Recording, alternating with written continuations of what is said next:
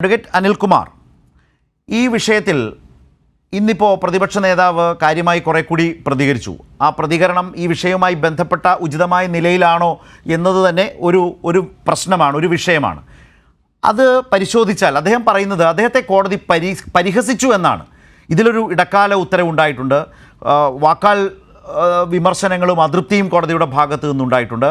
അതിലും ഗൗരവമായ നിലയിൽ തന്നെയാണ് ഇടക്കാല ഉത്തരവിലെ കോടതിയുടെ അതൃപ്തി പ്രകടിപ്പിച്ചിട്ടുള്ളത്. ലോകായുക്തയുമായി ബന്ധപ്പെട്ട 58ാമത്തെ പാരഗ്രാഫ് നീക്കം ചെയ്യണമെന്ന നിർദ്ദേശം ഈ ഇടക്കാല ഉത്തരവിലൂടെ പ്രതിപക്ഷ നേതാവെന്ന ഹർജിക്കാരന് കോടതി നൽകുകയുണ്ടായി. ഇതെല്ലാം സംഭവിച്ചു. എന്നാൽ അല്പം പരിഹാസ മനോഭാവം എന്ന് പറയാവുന്നത് പ്രതിപക്ഷ നേതാവിൻ്റെ താല്പര്യം പൊതു താല്പര്യമാണോ അതോ പബ്ലിസിറ്റി ഇൻട്രസ്റ്റ് ആണോ എന്നൊരു ചോദ്യത്തിൽ അല്പം നർമ്മം ഉണ്ട് എന്ന് വാദത്തിന് കാണാം. പക്ഷേ പ്രതിപക്ഷ നേതാവ് കാണുന്നത് അദ്ദേഹത്തെ കോടതി പരിഹസിച്ചു എന്ന നിലയിലേക്കാണ്.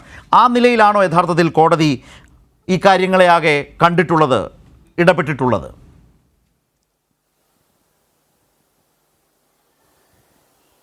ക്യാമറ വിഷയത്തിൽ കോടതി അദ്ദേഹത്തെ പ്രശംസിച്ചു എന്നാണ് അദ്ദേഹം പറഞ്ഞുകൊണ്ടിരുന്നത്. ഇപ്പോൾ ഫോണിൻ്റെ കാര്യത്തിൽ അദ്ദേഹത്തെ കോടതി പരിഹസിച്ചു എന്ന് അദ്ദേഹം പരാതിപ്പെടുകയാണ്.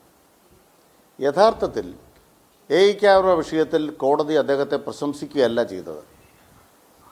കേരള സർക്കാർ അഴിമതി കാണിച്ചു എന്ന് പറഞ്ഞുകൊണ്ട് ക്യാമറ വിഷയത്തിൽ തികച്ചും അടിസ്ഥാനരഹിതമായ കാര്യങ്ങൾ ചേർത്ത് ഒരു കേസ് കൊടുത്തു കഴിഞ്ഞപ്പോൾ, നിങ്ങൾ അഴിമതിക്കെതിരായ പോരാട്ടത്തിൽ മുമ്പ് നിൽക്കുന്ന ഒരാളാണെങ്കിൽ ഒരു പൊതുപ്രവർത്തകർ എന്ന നിലയ്ക്ക് അഴിമതിയോട് വിട്ടുവീഴ്ചയില്ലാത്ത വിധം നിങ്ങൾ ഏത് നിലവാരത്തിലാണ് ഇക്കാര്യങ്ങൾ കൈകാര്യം ചെയ്തിട്ടുള്ളതെന്ന് ബഹുമാനപ്പെട്ട രമേശ് ചെന്നിത്തലയോടും വി.ഡി. സതീശനോടും വ്യക്തമാക്കാൻ ആവശ്യപ്പെടുകയാണ് കോടതി ചെയ്തത്.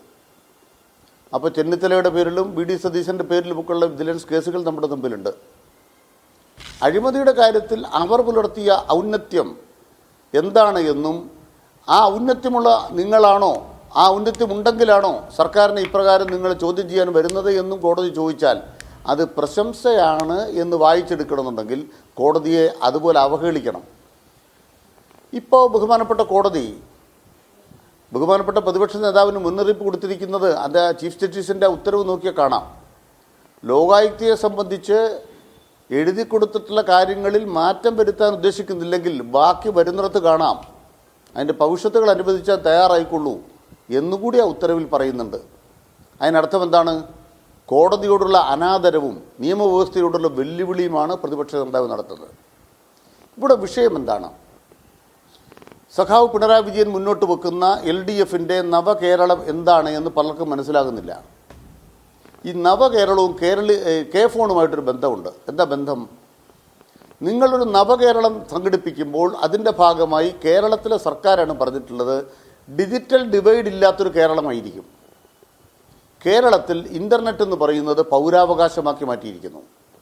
ഇനി ഇങ്ങനെ ഒരു അവകാശവാദം വേറെ ഒരു സംസ്ഥാനത്തിനുമില്ല, കേരളത്തിന് മാത്രമാണ്. നിങ്ങൾ ഇൻ്റർനെറ്റ് പൗരാവകാശമാക്കി മാറ്റിയാൽ ഇൻ്റർനെറ്റിൻ്റെ അവകാശം പൗരന്മാർക്ക് കൊടുക്കാൻ സ്വകാര്യ മുതലാളി വരുമോ? അംബാനി വരുമോ? അദാനി വരുമോ? അവർ കച്ചവടത്തിലാണ് വരുന്നത്. അതുകൊണ്ട് സർക്കാർ പറയുന്നത് കച്ചവടത്തിന് വരുന്നൊരു കച്ചവടം ചെയ്തു പോകട്ടെ, ഇവിടുത്തെ സാധാരണക്കാരന് കുറഞ്ഞ ചെലവിൽ ഇൻ്റർനെറ്റ് കൊടുക്കാൻ സർക്കാർ എക്യുപ്ഡ് ആകണം. ഇതാണ് സർക്കാരിൻ്റെ കാഴ്ചപ്പാട്.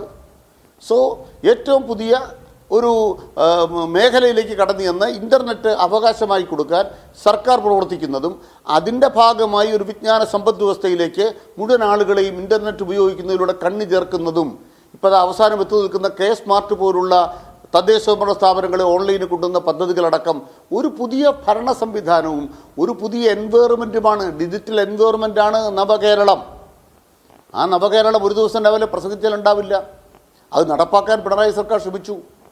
അതിൻ്റെ ഭാഗമായിട്ടാണ് 2017 ടെൻഡർ ഉറപ്പിച്ചത്. ടെൻഡർ ഉറപ്പിച്ചപ്പോൾ പല കമ്പനികൾ മത്സരിച്ചിട്ടുണ്ട്. ഈ മത്സരിച്ച കമ്പനികൾ ജയിച്ചവരുണ്ട്, തോറ്റവരുണ്ട്. തോറ്റവർ കേസ് കൊടുത്തിട്ടില്ല. ഇപ്പോൾ പ്രതിപക്ഷ നേതാവ് 5 കൊല്ലക്കാലം കഴിഞ്ഞ് 2017 എടുത്തു കഴിഞ്ഞാൽ 6 കൊല്ലക്കാലം കഴിഞ്ഞ് കേസിന് പോയി. തോറ്റവർ കേസ് കൊടുത്തിട്ടില്ല. നിങ്ങളൊരു കമ്പനികൾ തമ്മിൽ മത്സരിച്ചിട്ട് തോറ്റവർക്ക് എന്താ പരാതി ഇല്ലാത്തത്? ഈ കേസിൽ ഓപ്പൺ ടെൻഡറായിരുന്നു. ടെൻഡർ ആർക്കാണ് കിട്ടിയത്? കേന്ദ്ര പൊതുമേഖലാ സ്ഥാപനമായ BHELഉം റെയിൽടെൽ എന്ന് പറയുന്നത് ഇതെല്ലാം നരേന്ദ്രമോദിയുടെ പൊതുമേഖലയിലുള്ള സ്ഥാപനങ്ങൾ തന്നെ, ഇന്ത്യൻ റെയിൽവേയുമായി ബന്ധപ്പെട്ടാണ്. ഇപ്പോൾ ഇലക്ട്രിസിറ്റി ബോർഡ് അടക്കമുള്ള പൊതുമേഖലാ സ്ഥാപനങ്ങളാണ് കൺസോർഷ്യം ഉണ്ടാക്കിയിരിക്കുന്നത്. സോ പൊതുമേഖലാ സ്ഥാപനങ്ങൾ തമ്മിലുള്ള കരാറായിട്ടത് മാറി.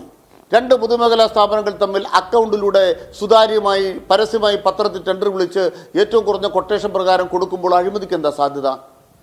വി ഡി സതീശൻ പ്രസംഗിക്കുന്നത് ഇത്തരം കരാറുകളിൽ ലോവസ്റ്റ് കൊടുത്താൽ അദ്ദേഹത്തിൻ്റെ പരാതി പിണറായി വിജയൻ്റെ വീട്ടിൽ ഒരു പെട്ടി വെച്ചിട്ടുണ്ട്, പെട്ടിയിലെ പണം വരും. ഇതാണ് അദ്ദേഹത്തിൻ്റെ കളവ്. ഈ കളവ് മനോരമയോ മാതൃഭൂമിയോ ഒന്നും ഒരു എതിർ ചോദ്യമില്ലാതെ പ്രചരിപ്പിക്കും. ഏഷ്യാനെറ്റ് എതിർ ചോദ്യമില്ലാതെ പ്രചരിപ്പിക്കും. എതിർ ചോദ്യം വരുന്നവർക്ക് കടക്കുപുറത്ത്. ഇപ്പോൾ കൈരളിയെ അദ്ദേഹം കൈകാര്യം ചെയ്യുന്നത് എങ്ങനെയാണ്? കടക്കുപുറത്ത്. ദേശാഭിമാനി കടക്കുപുറത്ത്. കാരണം എന്താണ്? ഇത്തരം ചോദ്യം പാടില്ല.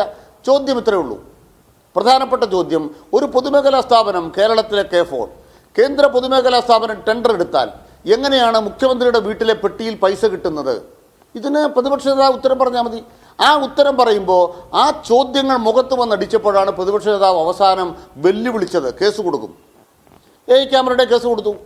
ഇപ്പം പിടിച്ചു കെട്ടും, ക്യാമറയുടെ പണം കൊടുക്കുന്നു, ഇപ്പം പിടിച്ചു കെട്ടും എന്ന് പറഞ്ഞാൽ പോയത്. അവസാനം ഹൈക്കോടതി ചെന്നപ്പോൾ ഹൈക്കോടതി എന്താ പറഞ്ഞു? അവർക്ക് ആദ്യം ഗഡു കൊടുക്ക്, ഈ പറയുന്ന കാര്യമൊന്നും കാര്യമില്ല. ഇത് രണ്ടാമത്തെ കേസാണ്. ഈ കേസിനകത്താണെങ്കിൽ ഒരു തരത്തിലും നിൽക്കക്കടിയില്ല. ഇതിന് കാരണം എന്താണ്? അദ്ദേഹം ഉന്നയിക്കുന്ന കെട്ടുകഥ എന്താണ്? നിങ്ങൾ ടെൻഡറിൽ ഏറ്റവും കുറഞ്ഞവർക്കല്ലാതെ കൂടിയവർക്ക് കൊടുക്കാൻ പറ്റുമോ? അദ്ദേഹം പറയുന്നത് 1000 കോടി രൂപയുടെ ടെൻഡറായിരുന്നു, 1500 കോടി രൂപ കൊടുത്തത്. അദ്ദേഹത്തിൻ്റെ വാദം എന്താണ്? പ്രശ്നം എന്താ? നിങ്ങൾ K4 പദ്ധതി നടപ്പാക്കുമ്പോൾ ഒരു കൊല്ലം ആനുവൽ മെയിൻ്റനൻസ് ഏതാണ്ട് 10% വരും. 7 കൊല്ലത്തെ ആനുവൽ മെയിൻ്റനൻസ് എത്ര വരും? 1000 കോടിയുടെ 7% കണക്കാക്കിയാൽ 7 കൊല്ലത്തെ കണക്കാക്കിയാൽ 1700 കോടി രൂപ വരും. ഈ പറയുന്ന കൺസോർഷ്യം അവർ പറഞ്ഞു ഞങ്ങൾ 7 കൊല്ലത്തേക്ക് പരിപാലനം നടത്തിക്കൊള്ളാം, പക്ഷേ 7 കൊല്ലത്തേക്ക് ആകെ വരുന്ന തുകയിൽ നിന്ന് ഇത്ര ശതമാനം കുറയ്ക്കാം.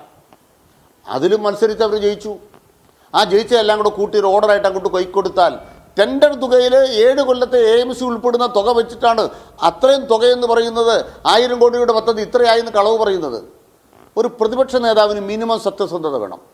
ഞാൻ ഒരു 3-4 ചർച്ചകളിലെങ്കിലും വി ഡി സതീശനെ ഒരു കാര്യത്തിൽ അപേക്ഷിച്ചായിരുന്നു. നിങ്ങൾ K4 ഒരു കേസ് കൊടുക്കണം. ഞാൻ അദ്ദേഹത്തോട് അപേക്ഷിച്ചു താണുകയാണ്.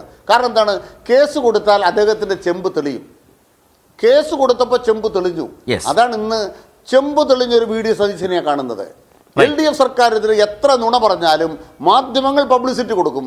പക്ഷെ മാധ്യമങ്ങൾക്ക് പബ്ലിസിറ്റി കൊടുക്കാൻ പറ്റാത്ത വിധം പതനത്തിലേക്ക് ആ നുണ, വല്ലാത്ത നുണ, ആ നുണ മുഞ്ഞുകുത്തി വീണിരിക്കുന്നു. മുഞ്ഞുകുത്തി വീണ് ആ നുണയുടെ മേലെ ഒരു ലഭ്യത്തിരിയുമായി വന്നൊരു പ്രതിപക്ഷ നേതാവിനെയാണ് ഇന്ന് നമ്മൾ കണ്ടത്.